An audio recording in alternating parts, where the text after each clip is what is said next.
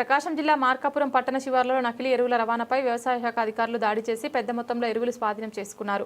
అర్ధరాత్రి సుమారు 11:30 సమయంలో ఈ ఘటన జరిగింది. వ్యవసాయ శాఖ అసిస్టెంట్ డైరెక్టర్ బాలాజీ నాయక్, ఏవోలు బుజ్జిబాయ్, లక్ష్మీనారాయణలు కలిసి మార్కాపురం నుంచి దోర్నాల వైపు వెళ్తుండగా ఒక హైచర్ వాహనంలో ఎరువులు దిగుమతి చేస్తున్నట్లు గుర్తించారు. వెంటనే వాహనాన్ని ఆపి తనిఖీలు చేయగా బిల్లులు లేకుండా ఎరువులు రవాణా చేస్తున్నట్లు తేలింది.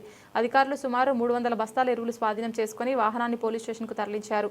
ఇవి నకిలీ ఎరువులుగా ఉండే అవకాశం ఉందని అధికారులు అనుమానిస్తున్నారు. విచారణలో తెలంగాణ ప్రాంతానికి చెందిన కొంతమంది వ్యక్తులు గురువారం ఉదయం మార్కాపురం సమీప గ్రామాల్లో 4 ఎరువుల బస్తాలు కొంటే ఒక పురుగుల మందు డబ్బా ఉచితమని రైతులను ఆకర్షించేలా ప్రచారం చేసినట్లు తెలిసింది.